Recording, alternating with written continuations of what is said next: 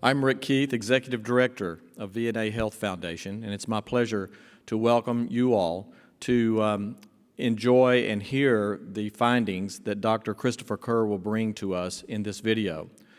We're sorry that we missed having all of you in one place with us physically, but we didn't want you to miss the findings, the research of Dr. Christopher Kerr. He joined us last year in our forum and brought to us such groundbreaking research findings. And this year, he's going to follow that up with even more findings from his research about the death, the vision and dreams of the dying. And so please sit back and enjoy this video brought to you by VNA Health, and from all of us to all of you, live well.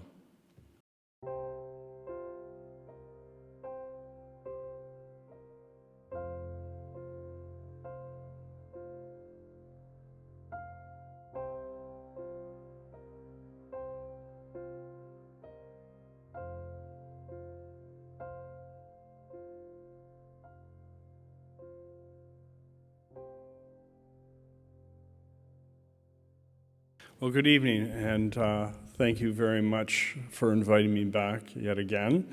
For those of you unable to attend, I'm sorry, but I hope you're still able to find meaning in the slides as presented. Last year's talk really began with how I began, which was that I didn't aspire to this sort of work. I fell into it more or less. And in 1999, I was a cardiology fellow, and I wasn't working at hospice very long when I began to understand that my colleagues, my non-physician colleagues in particular, had a much greater appreciation for the non-physical dimensions of dying, the experience, actually, of dying. And from there, it was remarkable to see how intrinsically therapeutic it was for not only the patients, but for their loved ones. What happened after that was I was frustrated in trying to teach this to residents and fellows and medical students because there wasn't a tremendous amount of evidence, and we live in an evidence-based time. So on that basis, we began a series of studies that received absolutely zero attention in the medical literature, but interestingly enough, seeped beyond and into the non-medical community and rapidly went around the world, which is itself problematic. There's this big chiasm between what those who are being treated seem to value and their families, and what those who are in charge of treating them seem to value. So it's been an interesting journey for me. I have to start with some disclaimers. So this has nothing to do with the paranormal. One of the natural temptations when you look at the dying process is to view it as a keyhole in which to view what lies beyond. So questions of religiosity, afterlife, paranormal, etc. And what we've tried to do is actually not editorialize, not superimpose, but just look at the dying process as mystery unto itself, without editorializing. So what we've done in all of our work is simply capture the words and experiences of our patients and try as best as we can to put it in some kind of format that was interpretable and valid. The other thing that needs to be clarified is this is separate from confusional states. So just to be clear, these studies were university approved, which means you had to sign consent. The consent had to be witnessed. We also cleared everybody every day by screening for delirium or confusional states.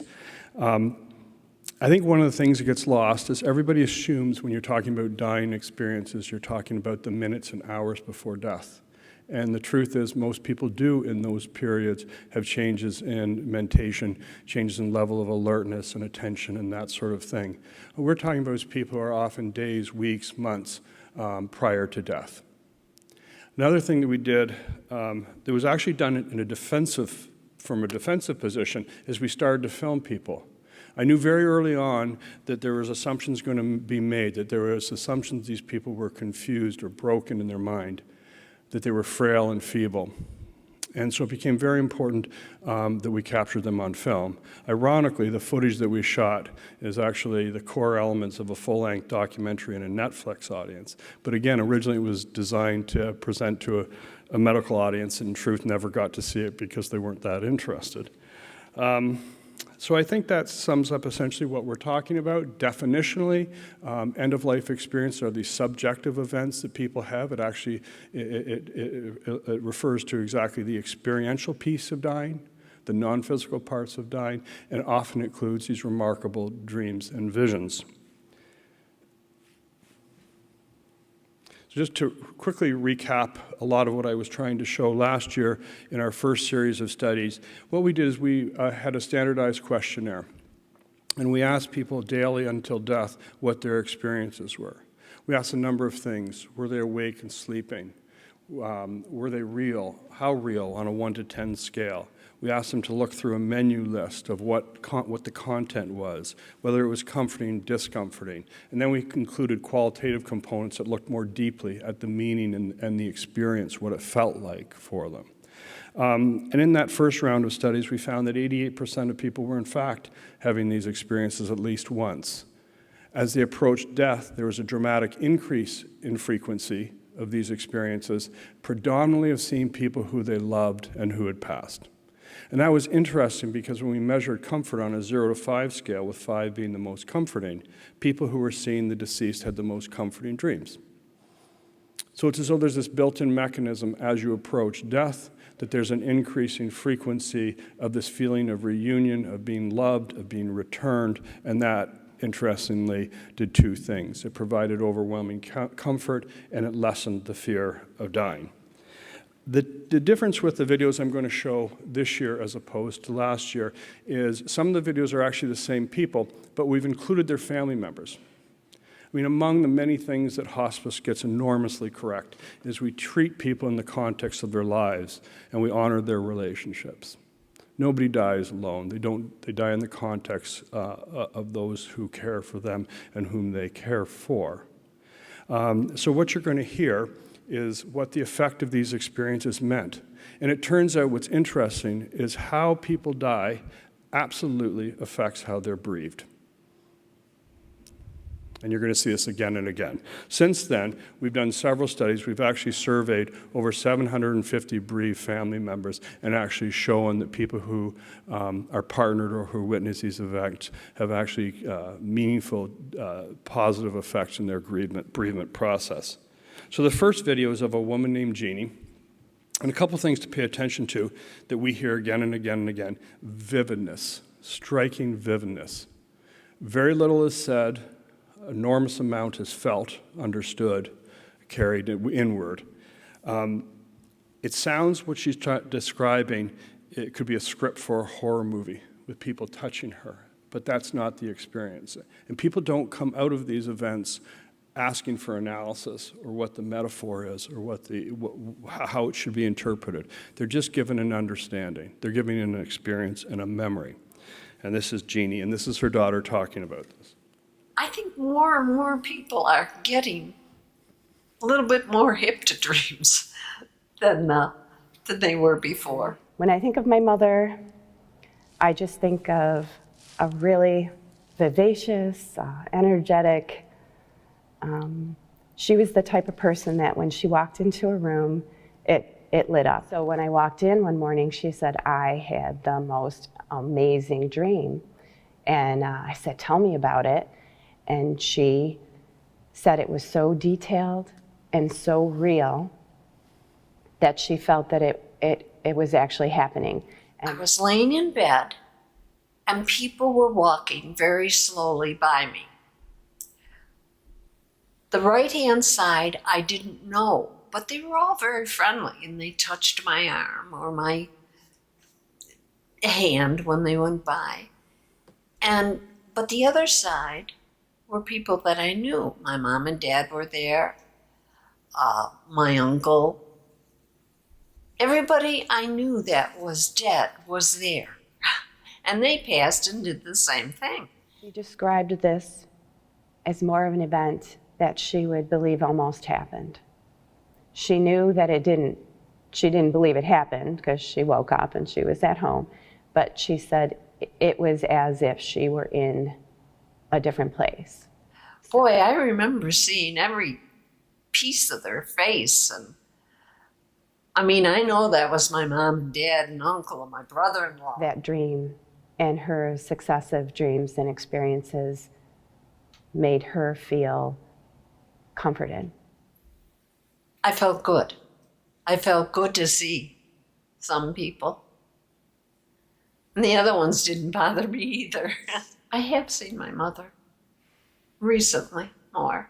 I can't say that my mother and I got along all those years, but we made up for it at the end.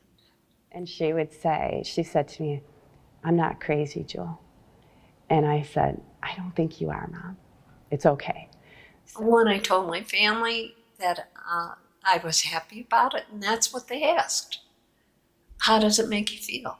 Well, I feel good about it. I feel the comfort and the peace that some of these experiences brought to her gave her exactly what she needed to pass on. For me, it affirmed that you're not alone when you die. So that's Jeanne. One of the remarkable themes or takeaways we find in this is that there's a sense that you're returned to wholeness at the end, that we all have wounds for having lived, and that they're often addressed. And for Jeanne, it happened to be, there was more detail in the backstory of her mother, but there's this sense of being put back together. Some of the stories are remarkable and just abundantly obvious.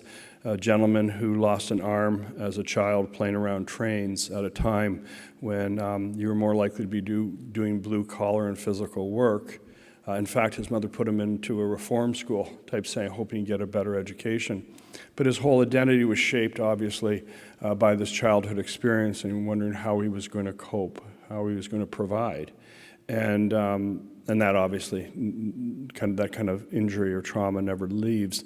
And at the end of his life, his dreams are that his coworkers return to him, and each one of them pass by him, telling him that he did things better than anybody else, that he was a remarkable employee and a remarkable person.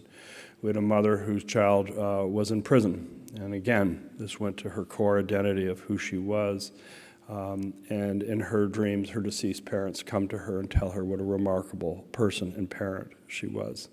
And this is really fascinating. We did a study that was been published. We looked at dying as a post-traumatic growth experience. And so for those of you who aren't aware, are there positive gains in negative experiences such as war and trauma and dying? And what was fascinating is that people who were dying, who were having these experiences, showed remarkable gains in post-traumatic growth, spirituality, insight, adaptation, understanding. And this really goes to the crux of, I think, how perhaps this should be a bit of a paradigm shift in how we're viewing dying. What we tend to see dying as is a lessening, as a physical deterioration, and then obviously our own experience of grief and loss. But just because you're dying doesn't mean you don't stop living. And there is such a dramatic change in your vantage point of perception and perspective that, not surprisingly, there are all these things going on underneath, and they're actually they're measurable. This next video is of a gentleman named Paul, and what's neat is, remember, he's 3 weeks from dying when this is shot. And he kind of hit all three major areas. One, he sees the image of his wife and in vividness that again is palpable to him. The other is this notion of travel. That's about a third of people, if not traveling, preparing to go. And what's interesting is they don't come out of that understanding the metaphor. They just tell you, yeah, it's weird. I was packing and going on a train, where the obvious transition seems to be clear. The other thing he does is he returns to an event that brought him proximate to his own mortality, which is war. So there's an often return to these really pivotal, impactful moments of life. And you're also going to hear his daughter talking about what it meant for her. My father is a remarkable man. He was 82 when he died. He was a fun-loving, very smart, very interesting man, interested in a lot of things and a lot of fun. But Dad was always dreaming about Mom. I probably had 15 dreams about her, maybe, somewhere in there. She always wears, I dream in color most times, and she always wears a beautiful light blue. It could be a suit, it could be a gown, it could be a dress, but it's always light blue. And a couple of times she's gave me the little beauty pageant wave, and a couple of times she sort of always with a smile. Only one or twice I've ever heard her voice, but she always kind of lets me know that she's fine. I get that feeling after a dream like that. My father's experience seeing my mother in his dreams was always good. He never, to my knowledge, had a dream where he was sad or unhappy when he woke up after dreaming about my mother. It was always good. She was always smiling. His feeling always was that she was letting him know she was okay, that this was good and she was all right. So I had this crazy dream. I'm packing goods, and I'm setting them for some reason up high. I never had any doubt that what he was dreaming was accurate and that he was reporting it completely to us and enjoying his dreams. He had dreams about his friends in the military. When he was in the Army as a young man, right after my parents got married, he was drafted and sent to Germany, and he would have dreams about his friends. I'm at Fort Devens up in Massachusetts, where they were forming this company that we're going to oversee, a new company. And the guys are all young. They're like, I remember them, and I'm old. And I'm trying to tell them, guys, I've been here, I've done this, I'm not going to do it again. And they're arguing with me. And that's a crazy dream. Well, the more I thought about it, the more I appreciated the memories we had of Dad and his dreams, and that we did take some comfort from that.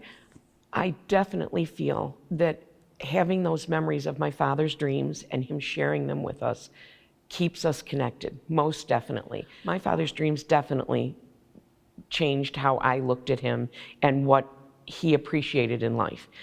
Most definitely, he got it down to what was important. His buddies and my mom, and not in that order. Mom. In a way, it makes me think, I hope that that happens to me, that some of my positive memories as a child, as a young adult, maybe as a young mother, will come back again to me, and I'll be able to relive them. This is a part of the whole process, and that when patients, when their family members talk about a dream, listen, because there's a great deal to be learned from what they're sharing with you. I tell everybody my mother. One of the interesting things we noticed very early on is that at the end of life, the time seems very irrelevant.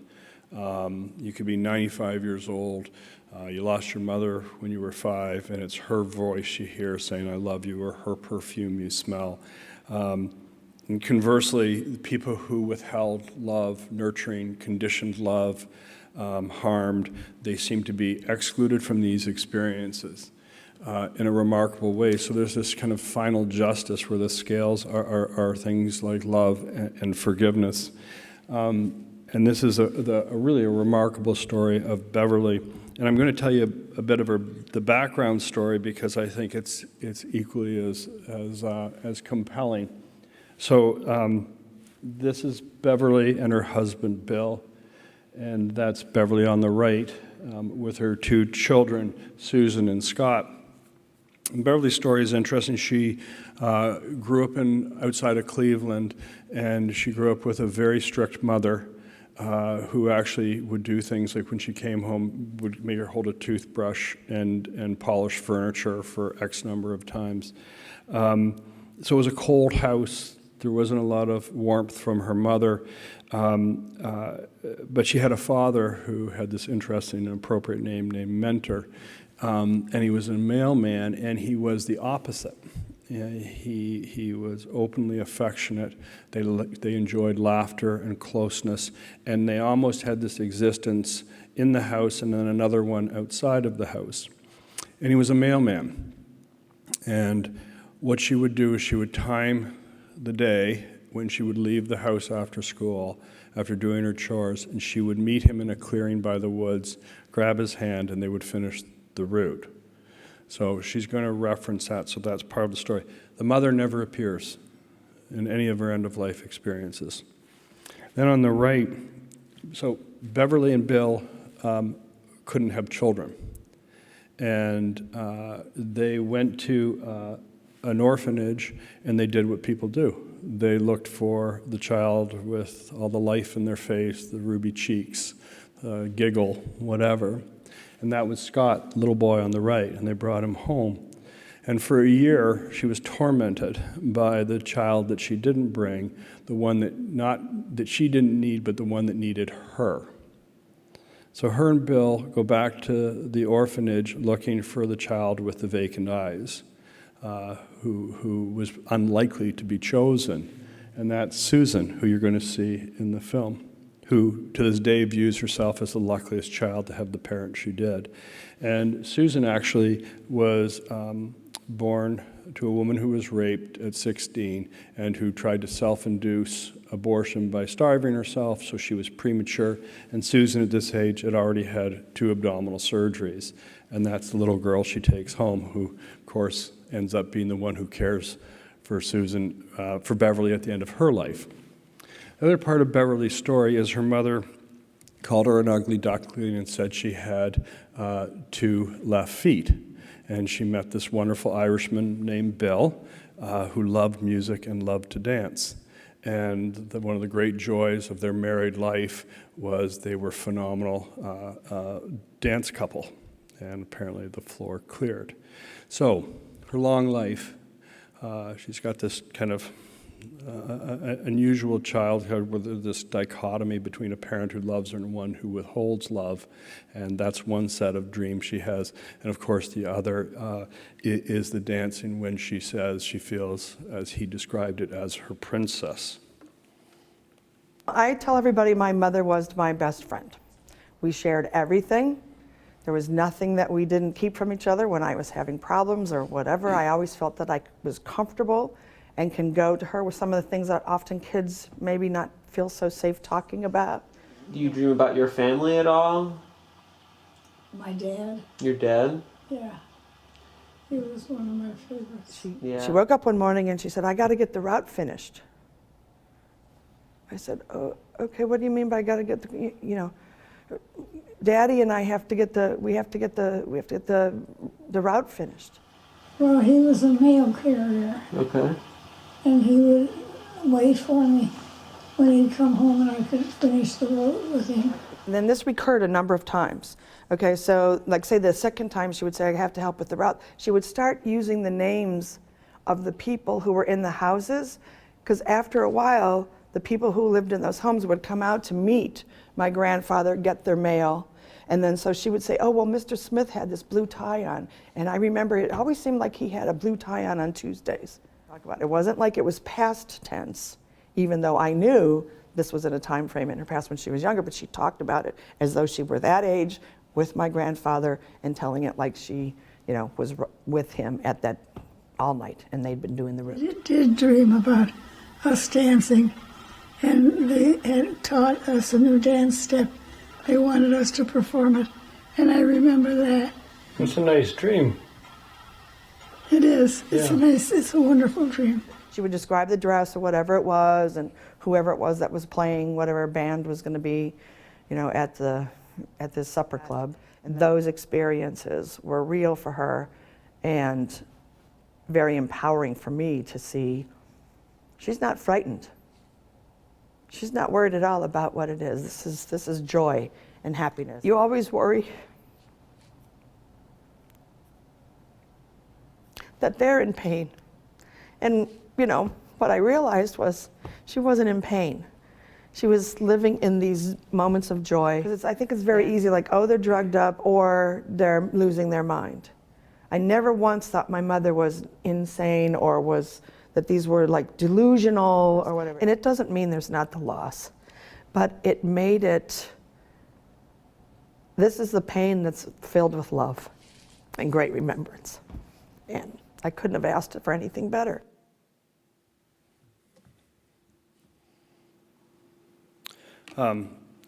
Personally, my favorite chapter in this in the book that I wrote is one titled Of Different Minds.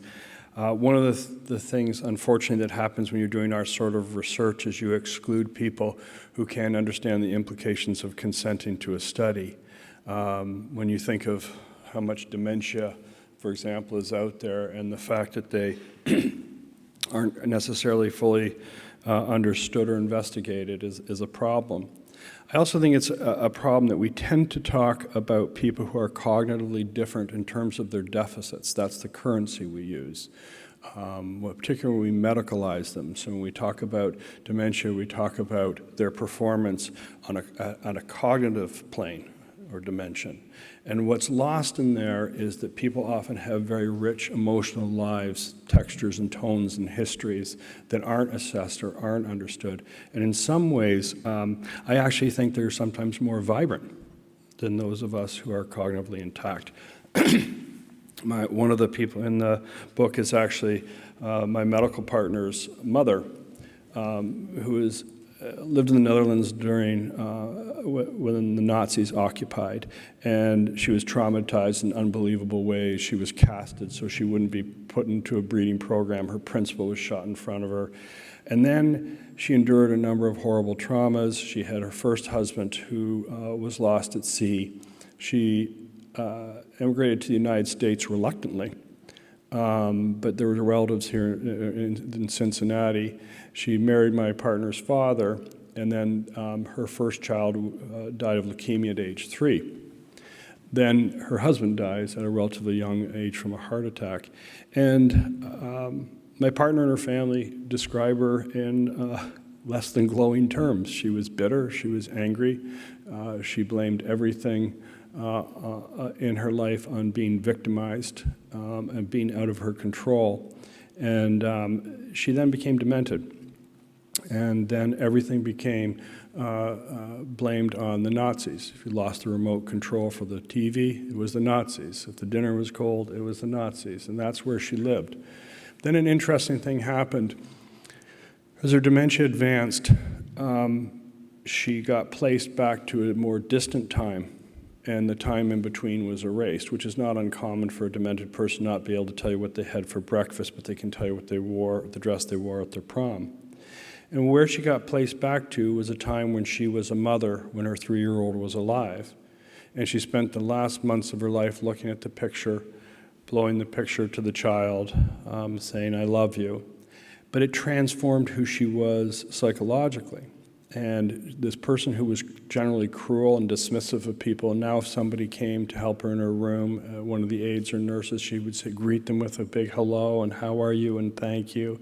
So she became somebody entirely who she wasn't in the last decades of her life. It got so pronounced that they had to cover with cloth the mirrors that were all throughout the building and apartment, because whenever she saw them, she didn't like the old lady in the mirror anymore. So she was very much alive. There's another young lady in the book named Sammy who was Down syndrome, who was in her 30s, and she had always been extraordinarily maternal, carried babies, blanketed them, cuddled them, etc. And she had ovarian cancer, and one of the complications is you often accumulate fluid or ascites in the belly, so it became pronounced. And whenever you would try to talk to her about how she was feeling and how to kind of assess her medically, she always defined it in terms of the fact that she was pregnant. And when she even experienced pain, it was okay because it was the baby moving. So as she's losing her life, she's feeling like she's giving life. The next slide I'm going to show you is of a woman named Sue. And she's describing her mother with advanced dementia who, just prior to death, is trying to get dressed and escape the building. And we live in Buffalo, so the thing you do there is you get married in Niagara Falls. So here she is dying, and she's actually emotionally, psychologically, spiritually, she's reliving the best day of her life, which was her wedding day.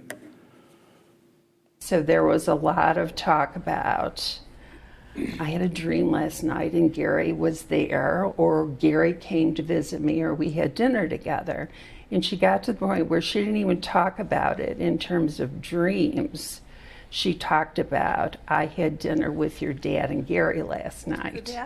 That was not every day, but probably 2 or 3 times a week within the last year or 6 months. Pretty frequent. Pretty frequent. And she was very animated about it, very happy. And she didn't even talk about them as dreams. To her, they were something that happened last night. So they made me feel wonderful, because as I was getting off the elevator and thinking, I'm wondering what we're going to talk about today, because sometimes she didn't remember what they did during the day while I was at work, or maybe who else was there, but she always remembered her dream or vision or whatever she had. When I saw her that day, I was like, Mom, why did you go outside? You never go outside. You know, somebody's supposed to go with you. And she looked at me like, well, I was going to meet your father. And I said, well, where were you going? How were you going to get there? And she just kind of looked around. Well, that wasn't the issue. The issue was that she was going to meet him. So then I didn't know what to say at that point. And I said, well, where were you going? And she said, well, we were going to Niagara Falls to get married. Life was different for her those last couple of months, because she had like something to talk about, something to look forward to. And those dreams were pepping her up, were making her happy, were making her almost look forward to go to sleep, which I think is great. Seeing that and being a part of it is a gift. And it was a gift for me. And I think it's a gift that should be shared. That at the end of our life, there's a lot of spiritual, emotional work that is being done and changes that are happening that, I don't know, are we too afraid to recognize it, or you think there's not enough time or whatever. But I think it's as important, if not more important, than the physical things that we have to check off on the chart.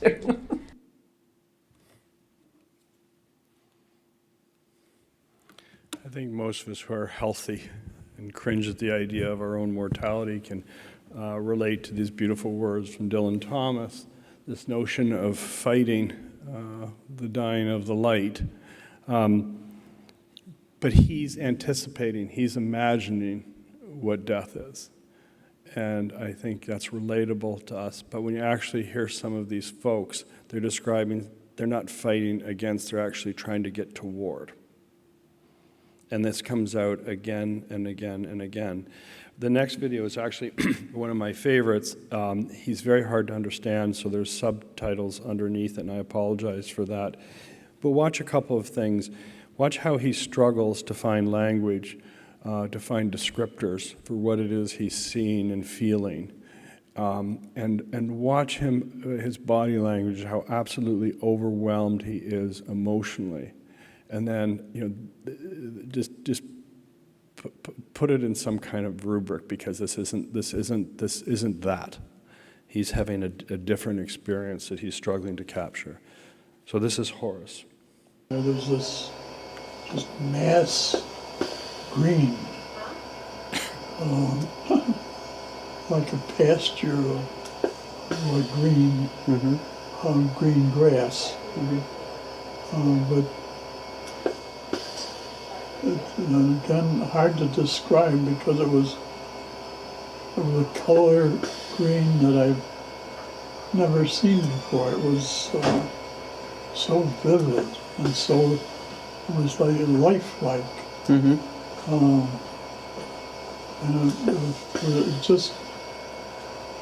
it felt good. My wife all of a sudden appeared, and I'm thinking, well, this is even better yet. She had a certain smile about her that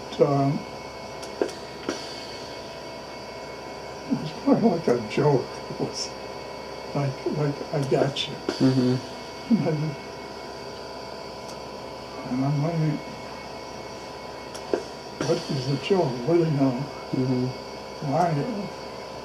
Why can't you talk to me? She just, there's just no conversation. Yeah. Well, she was always beautiful to me, but she was even prettier. She was.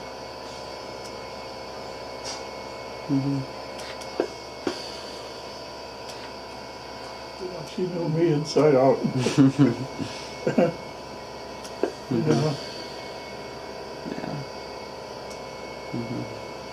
Or maybe that, I guess maybe words weren't necessary. We just looked at each other and knew exactly what one was thinking. It was just a good time. I don't know. But everything had left you, like you. There was no problems. No, everything was. Everything was happiness. It was like you wish the world was really felt good. Yeah. Felt like there was. When you finish paying a bill that had been bugging you for years, Relief. it was that relief that it was gone. And it was, it was just a relief. Everything was okay.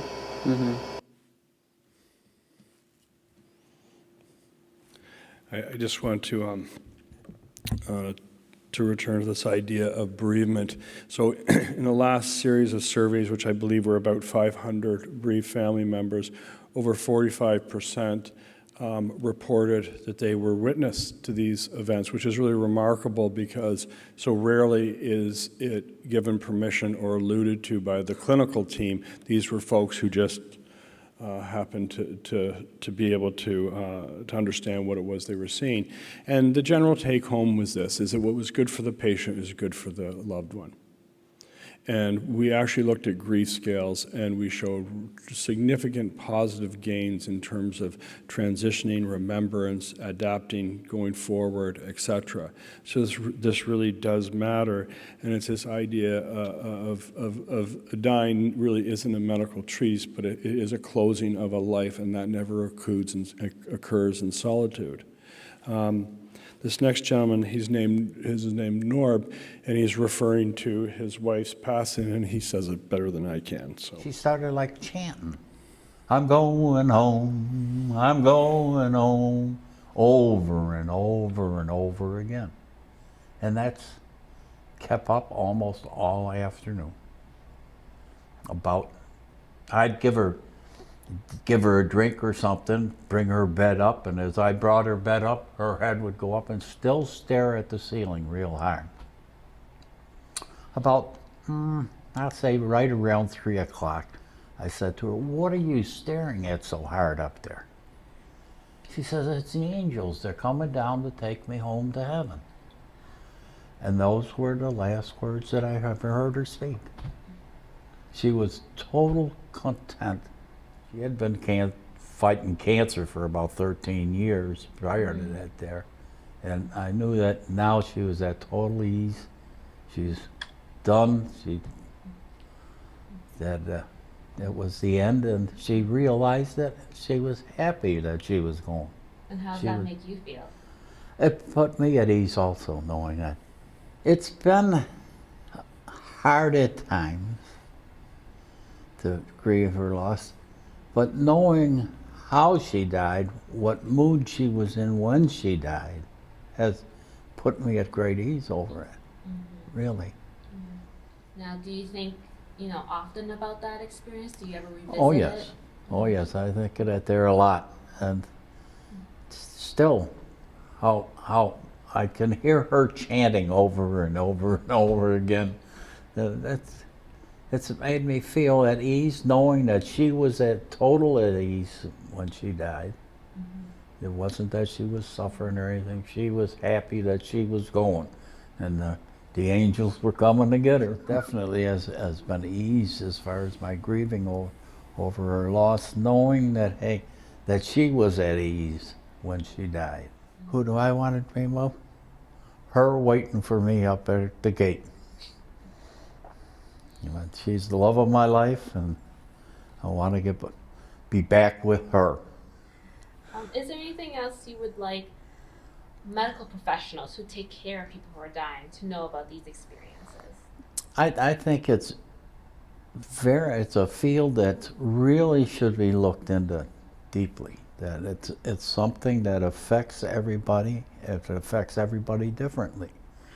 The person that's losing somebody it affects, as well as the person that goes. And what their feelings are at the time has a great effect on the survivors, so as to speak.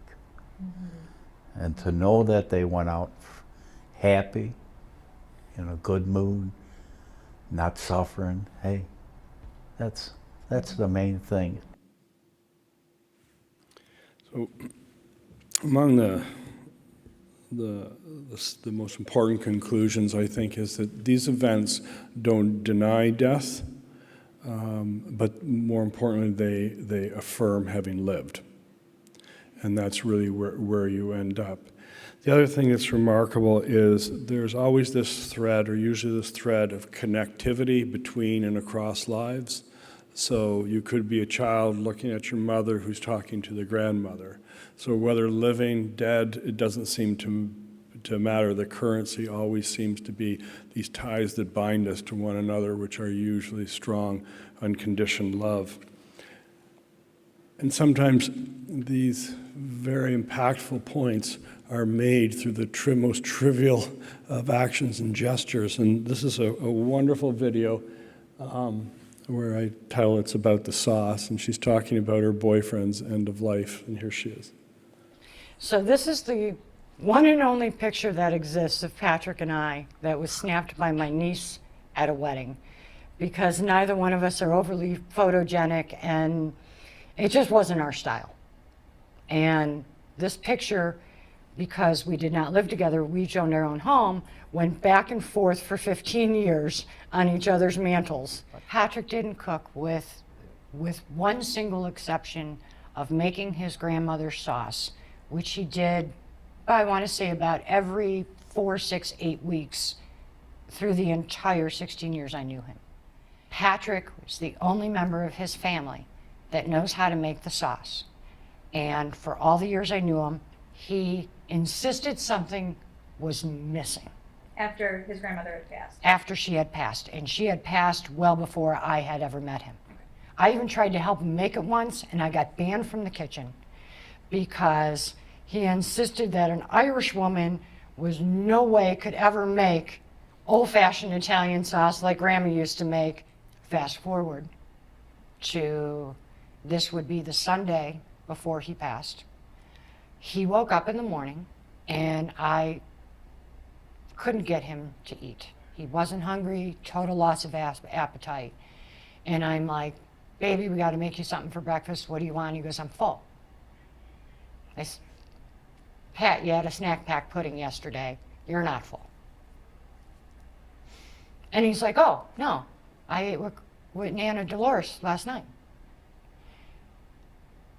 As real as I'm sitting here, he believed he made sauce with his grandmother the night before, said he could smell it, he could still taste it, he was full from it, and she showed him after all these years what he had done wrong, which is the very last step before you take it off the burner was to add a teaspoon of sugar. It was so very real for him, to the point, there I am, putting on sweatpants, driving to the grocery store, because we spent the next 7.5 hours, because that's how long it takes, making his grandmother's sauce that day. So, and he was so sick, and it was the only day I was ever allowed to help him. As he sat on the bar stool, and, well, let's say was very strict with the orders of the sauce, and we kept bringing the pot over, so there are certain things only he could do. We made the sauce, he added the sugar. Last time Patrick ever ate. Every morning he woke up saying, "Is today the day I'm going to die?" And I said, "You'll go when you're ready." And he was ready. He was ready. And you knew he was ready. And I knew because he of was this. ready from this. Yeah. I think this is a man who was at peace and very honest. If your last dream in life is about spaghetti sauce, there's nothing more peaceful than that. It didn't appear to be a memory. To him, it appeared that he was participating. And that's one of the things I found very different. Did that dream help you accept that reality further? Absolutely. Yeah? Absolutely. And not only the reality that he is gone, it's made me think of maybe there is something out there after we go. So one of the, obviously one of the more challenging topics is a child's death. And we've actually looked a lot at this, and there's a chapter in the book that covers 3 children, two of whom are actually filmed. And children are different for a number of reasons. They often lack the language, the reference points for dying and mortality. And in fact, if adults are so often comforted by the reunion of people who they've loved and lost, what about children who haven't known anyone, per se, who has died? But they also don't live in regret. They don't talk, for example, about the marriage they're not going to have and that sort of thing. They don't talk about, I wish I had done those things differently. And that's so beautifully captured in this Emily Dickinson poem. The child I'm going to show you is Jeanne, and she, like several other children, may not have known adults who have died, but they've all known pets or animals of somebody else's who died. And they return to them in a healthy form and really with the same message. And both children who had these experiences said the same thing. The implication was that they weren't alone, that they were going to be okay, and that they were loved. The video you're going to see is actually edited because Jeanne probably covers 6 or 7 dead pets that she knew. Her neighbor's ferret, her grandmother's cat, her aunt's birds. So you're going to get a very shortened version. And then what she does is she describes the setting she is in, which is interesting in that it's a castle, which of course is securing, and that there's senses to it like light and warmth and that sort of thing. Towards the end of her life, and this is really important to note, she wasn't a particularly religious person, but you're going to hear a lot of those sort of references. And then the video is going to focus on her mother and talks about how she interprets all of this and what it's meant for her trying to care for a dying child and grieve her loss. So this is Jeanne. When I was sleeping, like deep sleep, my Aunt Miriam came down to bring me up to heaven, and she was playing with me with Barbies. Okay. So when you saw her, she looked good? Yeah. Was she smiling? Yeah. Okay. She had to wear. She what? She had to wear oxygen. Okay. Because she was very old. Uh-huh. Did she wear the oxygen in the dream? No. She looked better then? Yeah. Okay. And you got to play Barbies with her? Yeah. Do you dream of any animals? Yeah. What type of animals do you dream of?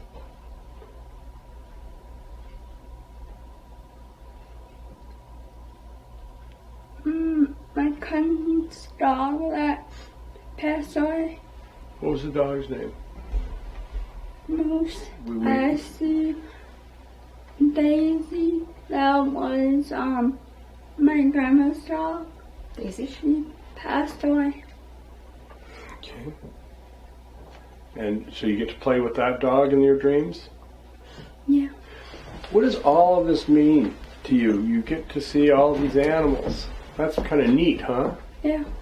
So these dreams, is it fun to go to sleep to think about what you're going to see? Yeah. Okay. Doesn't scare you then? No. Okay. And when you see your aunt, where are you? In a castle. Really? Is it beautiful? Yeah. Huh. It's huge. Describe it for me. Are there other people there? No. Okay. Is it warm? Yes. Is it sunny? There's a window that you can see the sun through it, Uh-huh. and it has God on the window. Like a church would? Yeah. Okay. That sounds beautiful. So this is a pretty special place. And then there's a piano, Mm-hmm. and then a pretty painting of a baby, the little baby. No, the church. Yeah, like in a church. In a manger kind of thing?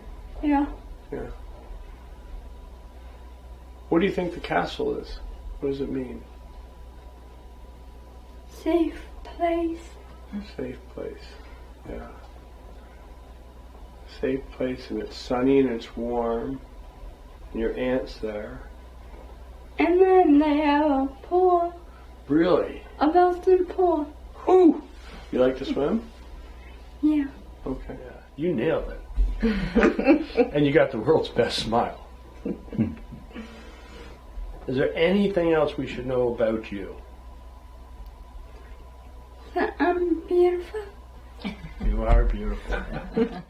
Right before she went to sleep yesterday, I heard her voice in the bedroom over my baby monitor, and I thought maybe she was calling me, so I asked her, what did you say? And she said nothing, and then I heard her voice again, and I thought, what the heck, who was she talking to? So I went in there, and she said she was talking to God, and that he was a very old man, but a very good-looking, cute man, and that he was going to make her all better, and that she was going to go live up in the castle with my Aunt Miriam, who she had been talking to as well, and that there was a big, huge bed there, and I let her know that we were all going to be there together someday, that Mom was going to come there too someday when it's my time.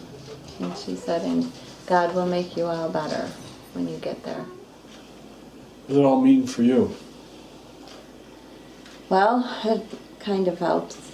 I mean, sometimes I think it's real. For real? Are you really talking to God? I don't know.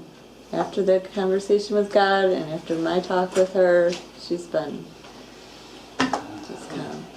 She off and on would talk about the castle and how beautiful it was there. It was warm. There was a swimming pool there. And I still think about that all the time, because now when it rains out, I kidly tell her, would you stop jumping in your pool, Jeanne? We would like some sun, thank you. It was a beautiful thing to hear, because it just helped. Yeah. It doesn't seem like it because I'm crying, but it does help. Jeanne's dreams and visions have helped my grieving process. Most of the time. Sometimes I'm human and I'm doubtful, but I hear her in the back of my head all the time saying, no, Mom, there's a castle, I'm waiting for you up here. Yeah, it's helpful, as I really truly want to believe that there's a heaven, that there's something, that I'll see her again. Yeah. And because of how strongly she believed in it, I can't not believe in it. Sure. If we talk about regular medical doctors, I would like them to listen to the patients when they're talking about dying and death and dreams and visions, and they need to believe them. So I'd like to, we've kind of covered what the obvious impact is for the patient, for the family, but also I'd like to cover where this whole end-of-life experience phenomena fits in terms of our clinical practice and care of the dying. The video I'm going to show is of a young lady in her 20s who's dying of colon cancer. And she has a young child, and she's coming from our local cancer hospital, still firmly believing that there's another battle to be fought. There's more treatment options. And we were stuck. And one of the best doctors I know, Dr. Megan Farrell, was at a loss. All the normal dialogue that you have clinically to try to get people to become informed, aware, self-aware, wasn't happening. And it was impairing and injurious to the family, the mother, the siblings, and we couldn't also help the child in the way that we had wanted or needed to. And then there's a conversation that occurs with her grandfather, who is deceased. So this is Sierra. Sierra was a 28-year-old African-American woman. She was diagnosed with colon cancer after what seemed like far too long between the presentation of her symptoms and the actual diagnosis. So she went for many months undiagnosed. By the time she was diagnosed, her cancer was already too far advanced to really make an impact or extend her life. Sierra was very determined to do absolutely everything she could to fight her disease for her son, for her fiance, and for her family. She was clearly not in the mindset of a dying person. She had little to no insight, at least insight that she would admit to, of the fact that she was nearing the end of life or even heading towards the end of her life. Her family was not at all ready to see her go. They loved her, and they wanted her to fight this as well. After we had a meeting, a very touching meeting, where the son finally put words to what was the experience in the room, and that is the question, is my sister going to die? At that point, we decided that we better move the meeting into Sierra's room. We all gathered together with Sierra. Her mom, her stepdad, her siblings, and her care team here at the hospice inpatient unit. Dr. Farrell was with her, speaking to her, trying to explain to her what we were no longer able to do for her medically. During that time, what happened was something most profound, and that was that Sierra actually engaged her predeceased grandfather right in the room. It happens every single time I talk about it. I get goosebumps, I get this sense of amazement and emotion to be there with someone when they experienced a vision like that. She saw her grandfather. Afterwards, Sierra's mother said, "What did he say?" And he said, "I'm very proud of you. You are a wonderful granddaughter. You are a wonderful daughter. You are a wonderful mother." As the conversation was going on, Tammy asked Sierra, "What is he saying to you now?" He's saying, "I'm going to see you soon, and everything is going to be okay." At that point, Tammy said, "Listen to your grandfather." And it was at that point really that the family knew that Sierra's time was limited. It was probably less than a week after that vision that she was able to let go and she passed. If we discount end-of-life dreams and visions, we're doing a disservice to our patients, to their families, and how they are able to not only experience the loss of a loved one, but how they then are able to grieve later. I think she gained the comfort that she needed, not to give up, but to be at peace and let whatever was going to happen. I think her grandfather being there, of course, made it a lot more comforting for her. I think had Sierra not had those visions, I think she would have been more frightened.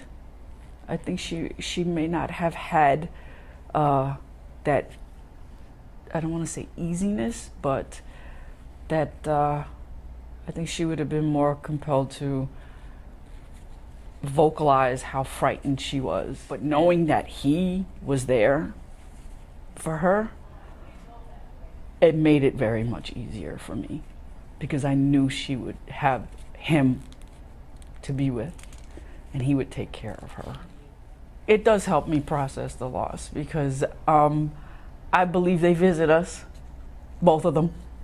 You know, I think, you know, things happen for a reason.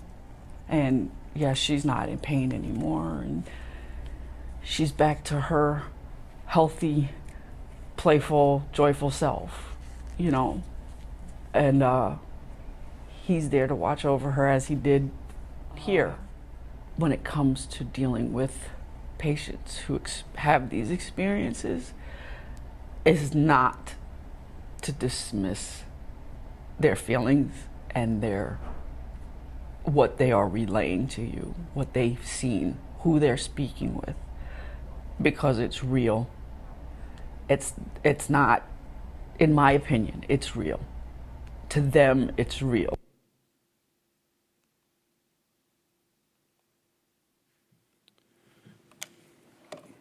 Like every good story, there's a story in a story. And I think there's one in the telling of how this work got done from a research perspective and how the book was written. And it's a better version than you probably would think. When we originally tried to do the work many years ago, the research board at the university strongly resisted, actually declined it. And the reason was that dying is this special sanctuary that needs to be protected, and we weren't to infringe, et cetera, which is actually part of the problem. We sterilize the dying process, we sterilize people from their own experience, and in fact, anybody who's worked with the dying, they're lonely and they're isolated, and they're usually looking up at a white ceiling. And in fact, they want to be connected and they want to be human. And that's what we found. People don't decline to participate. And for me, that was one of the takeaways from doing this book, was that everybody who was approached participated. And actually everybody who's named in here, that's their name with the exception of one, which is kind of ironic. He's called Eddie the Cop here, and he was covered by the New York Times.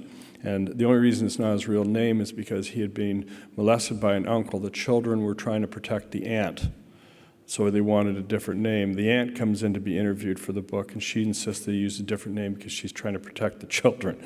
But otherwise, everybody is who they are. So, in closing, I just would like to read part of the epilogue. Before this book ends, I need to go back to how it began. It's simple. When approached, not a single patient or family declined to participate. It's difficult to express the depth of my gratitude, but while it is customary to do so, my thankfulness would actually miss the point. These patients and families did not participate because I asked them. They participated because they wanted to contribute. No matter how ill a person may be, this need to give back is inherent in the struggle to remain connected and human. Even those left behind, the bereaved, fought through tears to give back, in hopes of bringing comfort and understanding to others. Dying may be isolating and even lonely, but patients often find comfort in spaces where they can continue to express themselves, connect with others, and still matter.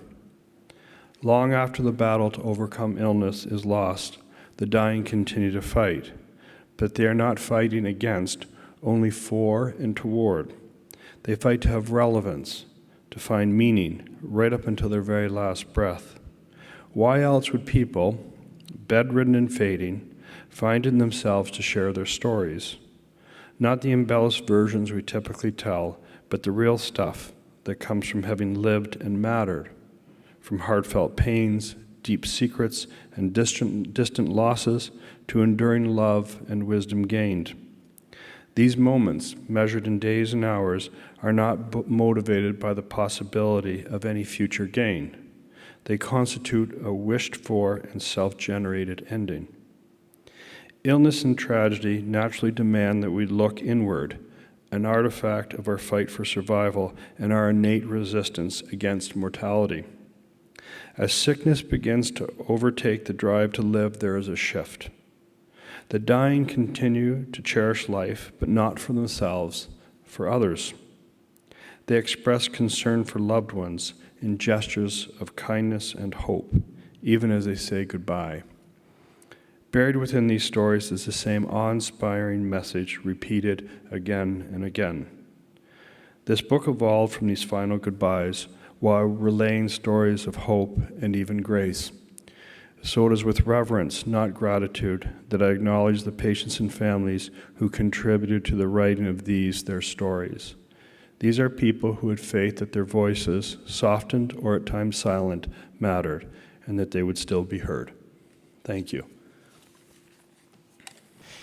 Thank you so much, Chris. That was really wonderful. And I think what you sort of shared with us, those of us that are caregivers, clinicians, but also I think just those of us that are humans and those of us that are living with illness and caring for those who are living with illness and approaching the end of life, that you're really sharing something that's truly good news.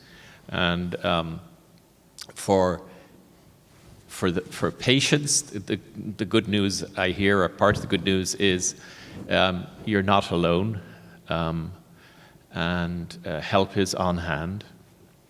And for the caregivers, the good news is it's not all up to you. It's not all on your shoulders to make this experience better.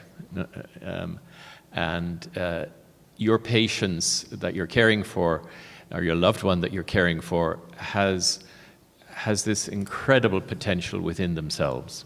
And there is more going on, and there is this kind of mysterious element to the process, and kind of having a real humility in the face of that. But there's also a challenge, I think, to those of us that are caregivers in how to help those that we're caring for to realize this potential and to validate their experiences. And you know, in your stories that you've just shared with us, and I'm also thinking, having just had the opportunity to read your beautiful book, Death is But a Dream, you advocate, what you're really advocating for is nothing short of a paradigm shift in healthcare, from a sort of top-down approach where doctors are seen as the ones with the knowledge and the skills and the know-how to heal their patients, to a different kind of paradigm, which is much more about a kind of a shared process where a clinician's skills are still important and relevant, but where the person who's the patient, where their innate potential for finding healing and meaning within their experience is at the center.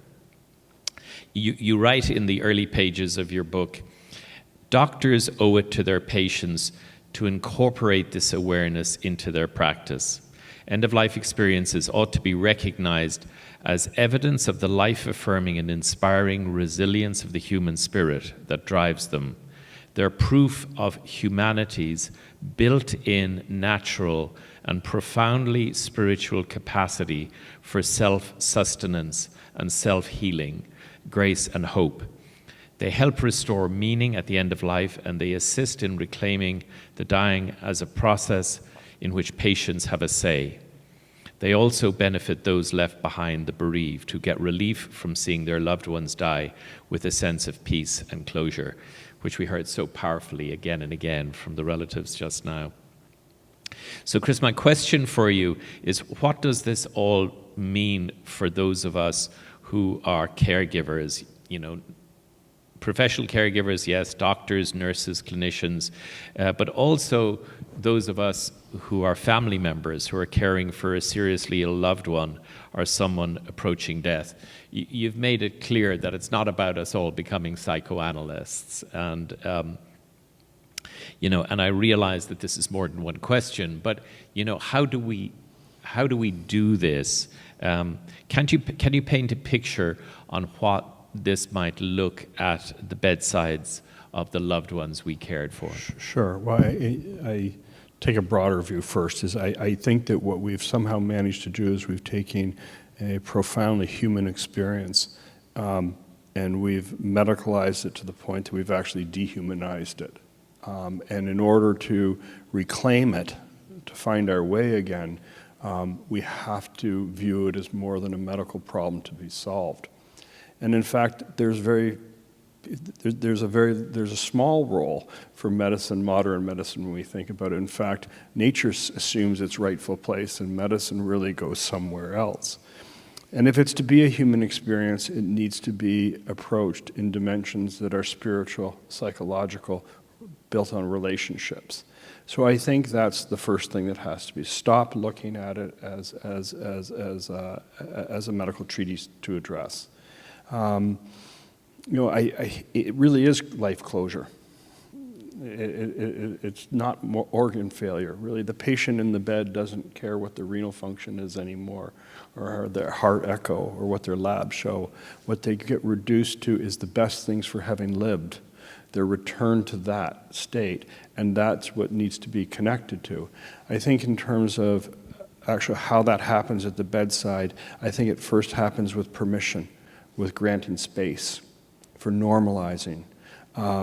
So the conversation should always be something to this, is that it's very common for people at this point to be reflective and even be having powerful dreams or visions of things that may have mattered that are returned to you. Are you having those?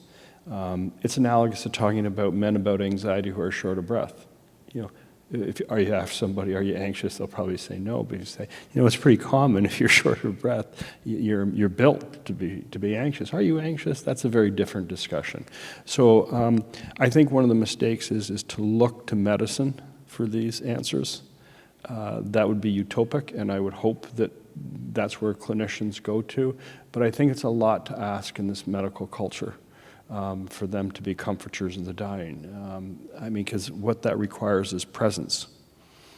And I think that's becoming harder to do in a highly regulated medical physician-patient dynamic. Mm-hmm. Yeah, thank you. One of the things you write is, as doctors, we owe it to patients to support and facilitate their capacity for self-healing and self-nurture.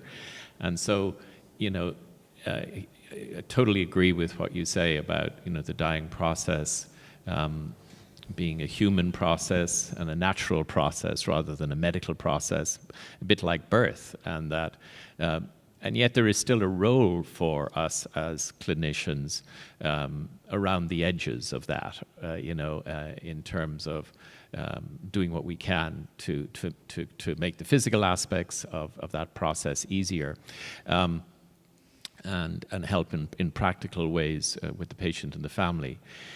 But I guess, I'm still, a lot of dying is still going to happen in our medical institutions, in our hospitals, and even in our hospices and our home care hospice programs. We have a tendency to come at the process through a medical, clinical kind of perspective. And it seems to me we really need to think about how we validate and educate clinicians just to simply be there in that present human way that you talk about. Well, it starts, I think, by changing this whole construct of there's nothing more we can do for you. Those are probably the worst things one person providing care to another in need can say. What that really means is there's nothing more interventionally or curative we can do for you. In fact, there's more you can do for the person on a human dimension by just being present. But the truth is we're so enculturated as physicians to have a role when we're proactive and intervening and doing something to that person.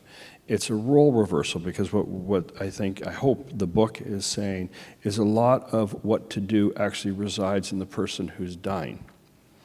And so instead of, that doesn't require an intervention, that requires being receptive to hearing, again, creating space or permission for that dialogue to occur. And it takes stopping, there isn't a next thing in the protocol to do other than sit and be present.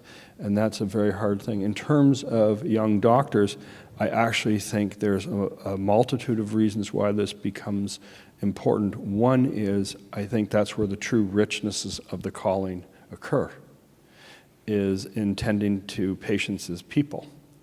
And I think emphasizing that in training becomes important and ultimately far more gratifying. Medicine's tough, it's time-consuming, but it can be enriching if it's placed back into a human caring for a human. And that's what really end-of-life care becomes. Absolutely. And I'm thinking how, back to the very beginnings of medicine, way back to ancient Greece, where if somebody was seriously ill, yes, they would go and see their Hippocratic physician. If you lived on the island of Kos, you might actually have got to see Hippocrates himself sitting under the plane tree with his students. And he would do what he could with rational, evidence-based medicine to kind of fix what could be fixed. But he had a real sense of the kind of limits of what he could do. And he also had a profound respect for that whole other system of healing that existed in the ancient world, which was temple medicine. And so he would say, I've done what I can for you, go to the temple. And at the temple, the central practice was dream incubation. The patient was encouraged, after being prepared, to lie on the ground, and whatever dream they had that night, to take notice, to appreciate, this was a visit from the God of healing. And just seeing that as a metaphor, what's at the core of that is, yeah, we can do what we can do as clinicians, but patients have within them this incredible self-healing capacity. And I think that's one of the things, if we could somehow get that across in medical education, that it's not all up to you, it's not all up to us and our expertise and our knowledge, that patients really have that. And we see that kind of so strongly in the birth process, but we also see it in the dying process. I often find myself saying to families, probably more than to patients, but that our bodies know how to die. We can work alongside them to kind of make the process as comfortable and easy as possible. But, we don't get really hungry towards the end. We don't get really thirsty. There's a whole preparation there for the transition.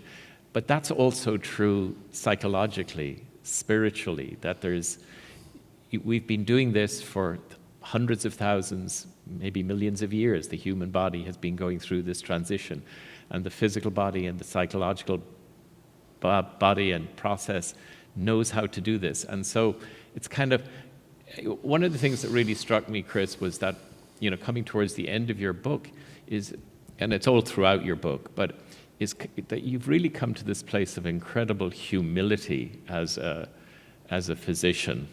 Yeah. And you talk, that little piece you read us at the very end, from the end of the book, you talk about having come to a place of reverence for your patients, gratitude and reverence. Yeah. And it's that incredible sense that we're around the edge, that the patient, yes, has the illness, but they also have this incredible potential. Yeah. And we're there to kind of hold that and facilitate that. And so and if I were to be honest, if I can get there, anybody can. Because, I got dragged. And it took really coming out of the security of a technical, acute-based hospital environment, and really having to listen to your colleagues in other fields. I love what you're saying. It requires two things be met. One is the physician to acknowledge that they don't know things, and that's hard. Mm-hmm. The other thing is for them to honor and have reverence for things that are unseen, that can't be measured, that can't be quantified, that can't be imaged and biopsied, and that's hard. Mm-hmm. And I love that you take it from a historical perspective, because we actually got it right when we knew less. Mm-hmm. I mean, mm-hmm. We've become so self-enamored with what we're capable of doing and understanding at a genetic level, mm-hmm. for example, that we've lost the other paces mm-hmm. Of what goes into the experience of illness. Mm-hmm. Which is what's felt, which is what's thought, mm-hmm. it's what's imagined, it's what's feared, and those things have got lost. And I'm not sure we can really validate and recognize those experiences in our patients, those of us that are caregivers, if we're not recognizing and validating those experiences in ourselves.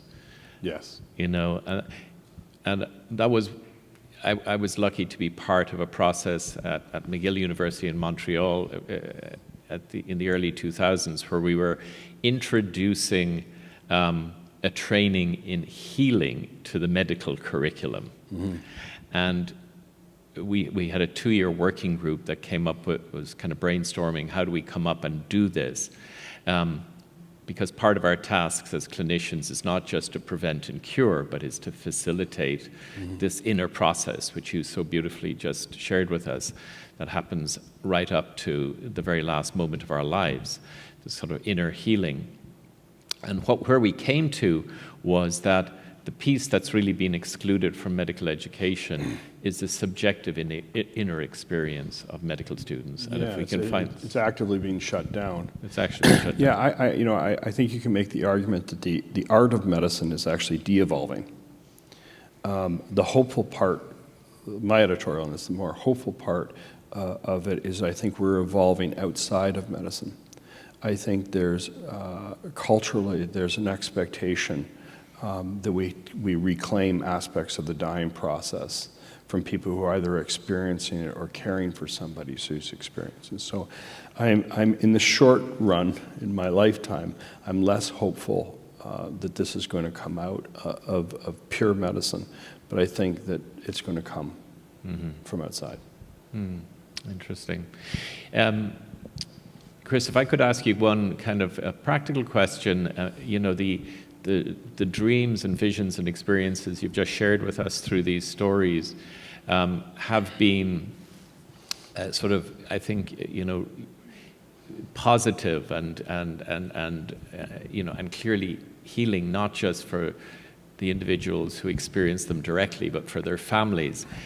Can you talk to us a little bit about, you know, difficult dreams, our frightening visions, our nightmares? You know, how did these come up in your research, and how did you approach them? About 17–18% of people actually on survey record discomforting or distressing dreams. And I actually would have shown you the videos of that, but I showed them last year. I actually think they're the most interesting, and they have the power to be the most transformative. I think we got it terribly wrong when we started this. We were naive. We viewed it as a binary issue, comforting or distressing. And what we missed was that the distressing actually can mean most meaningful. And the truth is people die how they live.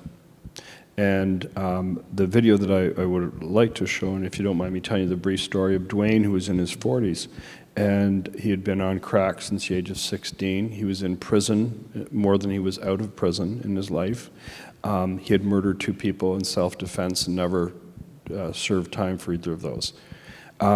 He had one of those lives that he couldn't afford to look backwards. In order to survive, he had to look forward, and he was actually jovial, upbeat, and he was highly intelligent. He was funny. And what happened is we were filming him about his experiences, and he started off joking about sexual dreams, and then he all of a sudden lost his composure, and he decompensated in front of camera, uncontrollably sobbing.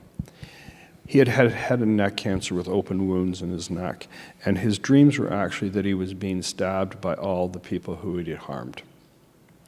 And for the first time, he acknowledged, and he had to explain himself. You know, you don't understand, it was the drugs that I was on, I was trying to survive, etc.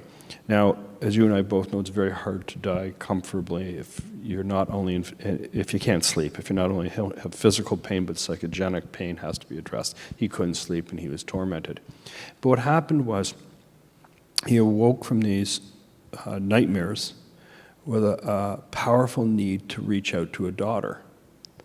And we got a hold of the daughter and brought her in, and it was the most remarkable moment. He's walking with a walker, and he just pulls the arm away from the nurse who's holding his hand. And they sat there in the hallway holding and hugging and crying for minutes. And for the first time, he just said, "I'm so sorry," and expressed his love for her. After that, she stayed with him for the remaining weeks. He slept peacefully and he died. And you know, he got there through the side door, but he got there. And so, yes, he had discomforting dreams, but actually he had the most meaningful dreams that really transformed how he viewed himself. And he was put back together in a very odd way at the end.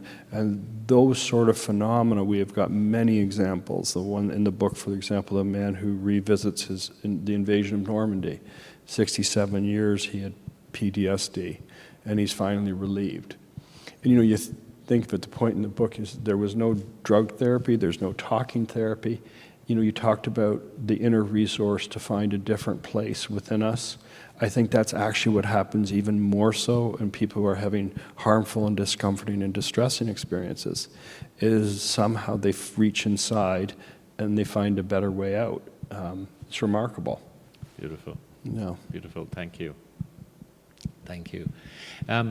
Chris, for a family member who's caring for somebody who's close to the end of their lives in their own home, or visiting that person in hospital or in a hospice,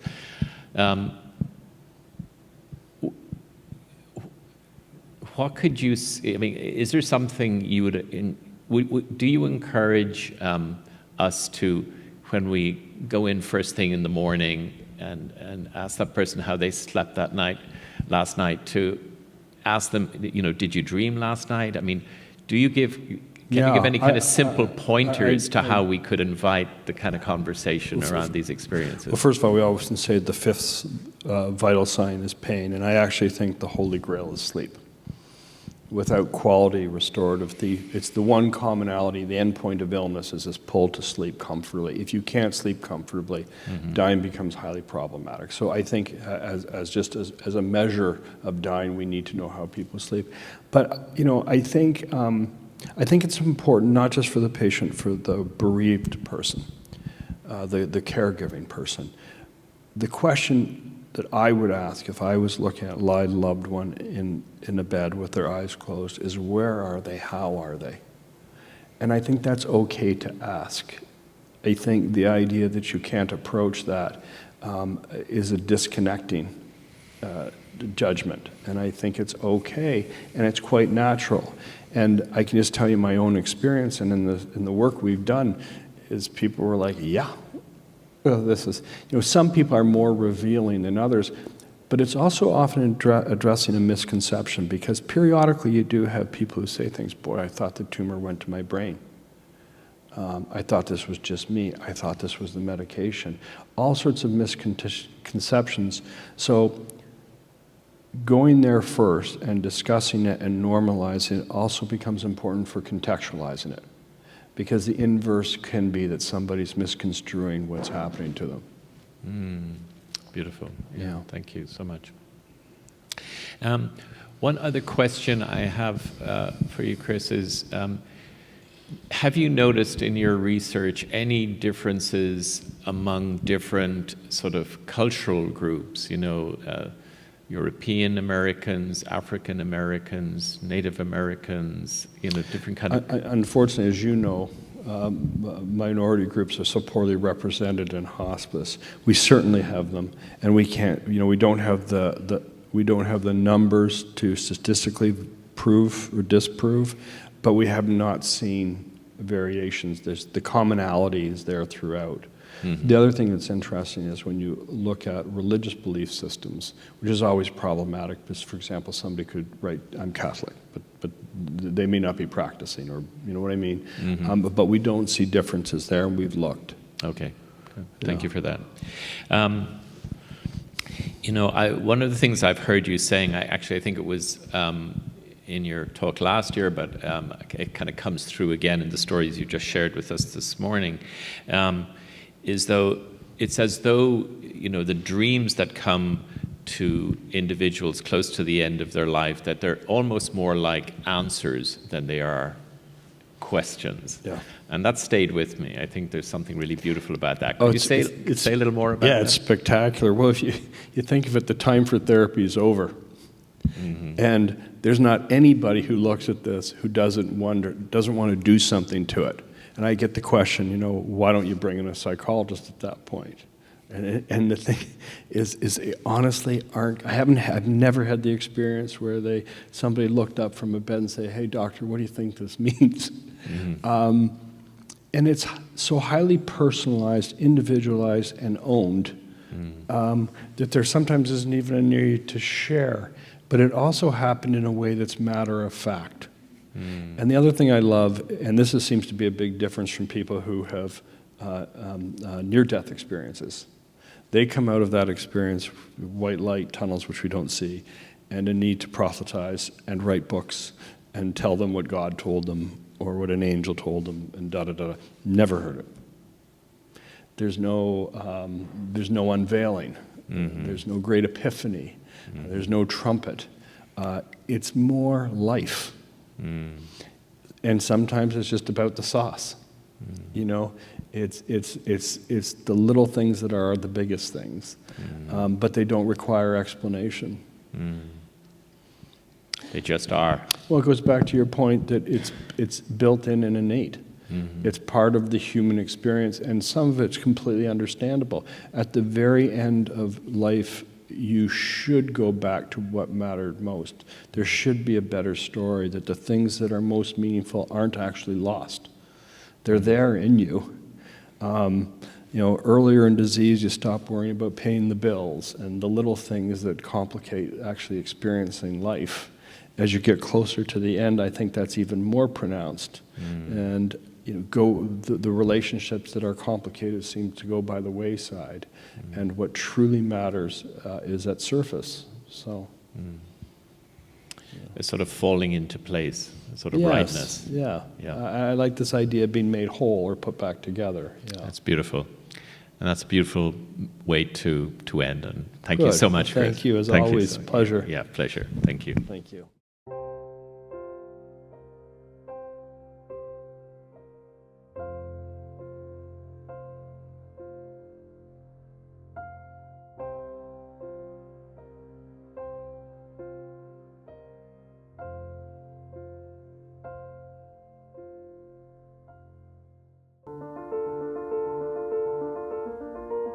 Marion Watts and our founders would be very proud. We're going back to our roots with VNA in our name, but we still are going to maintain all of the caring and compassion that we provided to this community for over 110 years. People choose VNA Health because we're the oldest provider in Santa Barbara. We're the most comprehensive provider of home care services. We're part of the fabric of the community here, and I just feel that we give the best care. The truth is that hospice is really about how you live. And so the idea of living well is a really important kind of core to what hospice care is. There's something that's rewarding when it comes to being able to really ask the patient, what do you want to do and how do you want to do this? And then be able to provide those things for them. So live well is not just about getting well or recovering from an illness, but it's also about living your life as well as possible. There's a synergy between home health and hospice. They're like a jigsaw puzzle. They bind and they close together without any friction. One of the special things at VNA Health is that we have home health and hospice care. So we're able to seamlessly transfer patients to the best level of care that they need.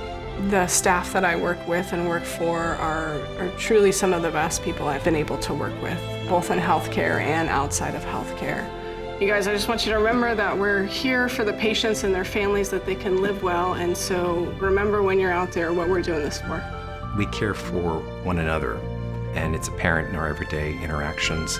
We truly are a family, and you can really feel that love and compassion come through not only for patients, but for each other. When I see a smiling face, when I see that the patient is in no way distressed, and the satisfaction that they are in a place where they are comfortable in, that is my satisfaction. I would certainly recommend VNA Health to anybody. I think our quality of life is much better now than it was. And we can trace it back to the months of help that we got from Rebecca. At one point, she looked over at Mal and she said, "Mal, how are you feeling? You look tired." And he said, "Well, yes, I am. I'm very tired." Rebecca noted that my lips were beginning to turn blue, and she confirmed that it was ventricular tachycardia. She just saved his life. It was very serious. And if she hadn't been there, who knows, he wouldn't be here right now. Live well means many things. So live well means getting to stay at home. Live well means being independent. It's being educated about your disease and your medications and being the CEO of your health. Live well means at end of life that it's about quality and not quantity.